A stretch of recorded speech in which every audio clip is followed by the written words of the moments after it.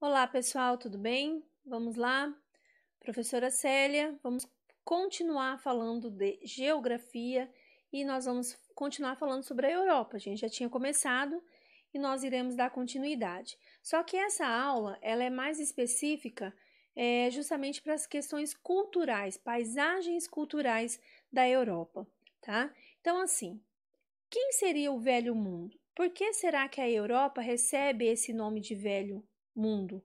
Ou de Velha Europa, ou Primeiro Mundo, no caso? Por quê?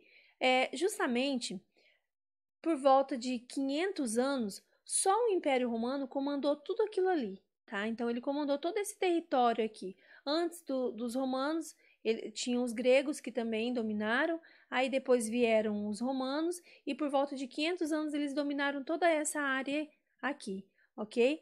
E qual que era o objetivo deles? Justamente dominar o mar Mediterrâneo. Por que o mar Mediterrâneo? Porque o mar Mediterrâneo, que está bem aqui, era alvo que estava sempre ali, o comércio com um grande destaque. O mar Mediterrâneo foi um lugar que desencadeou várias e várias guerras. Então, assim, o objetivo da Europa, principalmente dos romanos aqui, era dominar esse mar Mediterrâneo aqui, ok? Só que daí, e nesse período aqui, não havia essa divisão de países ainda, não estava tudo muito organizado, nem tinha essa divisão territorial aqui, tá? Só que assim, por volta do século XV, começam as grandes navegações.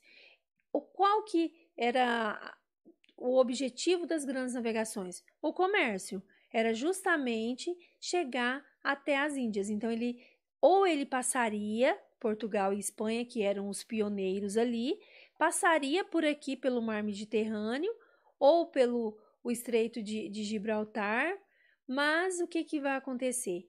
Eles aqui já estava dominado, então já tinha outros concorrentes aqui, e eles saem pioneiros justamente para dar a volta no continente africano. E esse dar a volta no continente africano ficou conhecido como Périplo Africano, que era contornar o continente africano. E aí, consequentemente, eles vão encontrar um novo mundo, que no ano de 1492, eles, através de Cristóvão Colombo, chega na América e descobre um novo mundo. E lá no ano de 1500, descobre o nosso país, certo? Mas assim, voltando aqui para a questão da Europa, eu deixei um texto aqui para que vocês leiam com atenção para responder as questões que estão abaixo, tá?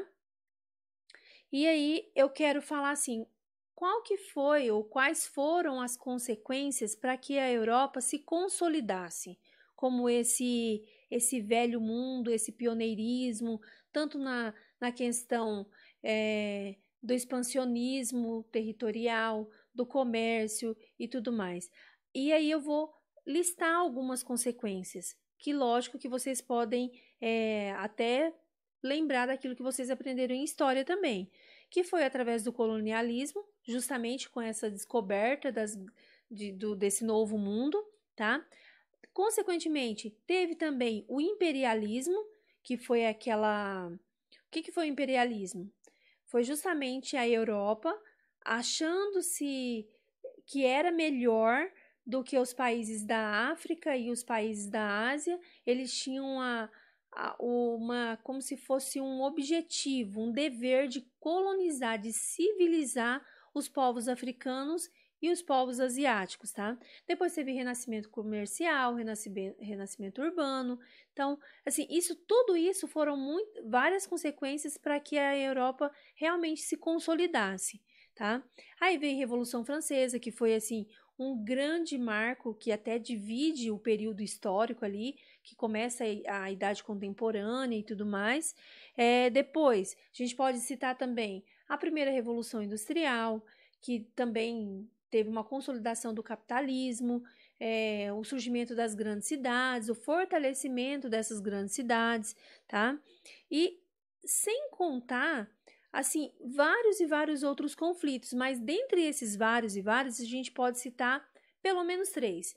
O primeiro foi a Grande Guerra Mundial, que antes era chamado só de a Grande Guerra, que consequentemente ficou conhecida como a Primeira Guerra Mundial. depois a Segunda Guerra Mundial e, por fim, a Guerra Fria. Então, assim, todo esse território que pertence à Europa hoje, consequentemente, ele veio a ser consolidado justamente por quê? Justamente por causa desse monte de conflito, essa questão de domínio, de expansão, tudo isso fez com que a Europa se tornasse o velho mundo. Foi dali que surgiu vários tipos de cultura, a questão de alimento, de roupa e tudo mais, certo? Então, o que vocês vão fazer? Vocês vão ler esse texto aqui, tá? Vai observar essas imagens aqui, que tá referindo paisagens do velho continente ou do velho mundo, e aqui nós vamos ter alguns monumentos. E esses monumentos aqui eu quero que vocês observem, porque justamente através deles conta um pouco desse velho mundo, desse velho continente. Então vocês vão observar, tá? Aqui tem a ver com Napoleão Bonaparte, aqui tem a ver com os romanos, e por aí vai. Então observem, tá? Tem Atenas, né? Aqueles que gostam da Grécia e tudo mais. Observem aqui o motivo de cada um, o porquê, tanto lá do Napoleão Bonaparte, que foi um dos mais um dos mais conhecidos da história, principalmente da Europa, porque ele conseguiu, com seu apogeu, dominar boa parte de todo o território europeu e outros também, né? E aí vocês vão fazer a atividade. Então, a atividade são só 3, bem fácil. Então, assim, a Europa é conhecida como o velho continente, estou afirmando. Explique quais são os fatores para essa denominação.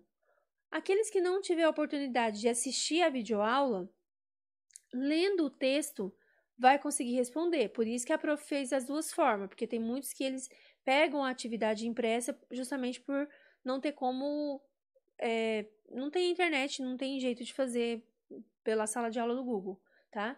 A número 2, vocês vão observar essas imagens aqui e aí vocês vão colocar a localização geográfica de cada imagem. Ah, o Coliseu de Roma, vai colocar o lugar, vai especificar bem certinho lá, tá? E a número 3, com ênfase nos monumentos históricos da Europa, cite a importância dos mesmos para o intercâmbio cultural. O que seria o intercâmbio cultural? Se refere à questão do turismo. Muitas pessoas saem do seu país de origem, até a Europa justamente para conhecer esses monumentos e ali acaba tendo esse intercâmbio. O que é intercâmbio? Seria uma troca de cultura. Então, esses monumentos históricos aqui do velho mundo é capaz até hoje de fazer com que haja esse intercâmbio cultural, tá bom? O que eu quero pedir para vocês?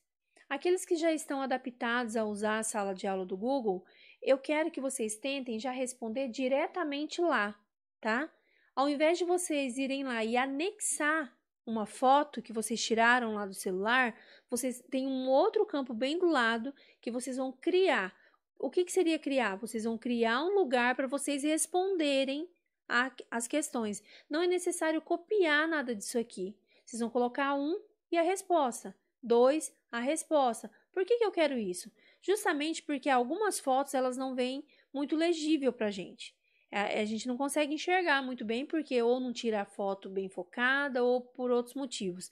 E lógico que se vocês tentarem responder lá, vai ficar muito mais fácil para vocês porque vocês não precisarão copiar.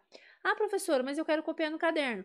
Pode copiar no caderno. Mesmo que não copie no caderno, é necessário que vocês passem essa pauta para o caderno, tá bom? Então, assim, de preferência, tentem responder diretamente, não é no comentário. Vocês precisam criar a resposta dentro da atividade, tá? Ao invés de anexar uma foto, criar resposta. Só tá escrito criar. Clica lá e responde tudo certinho lá, tá bom?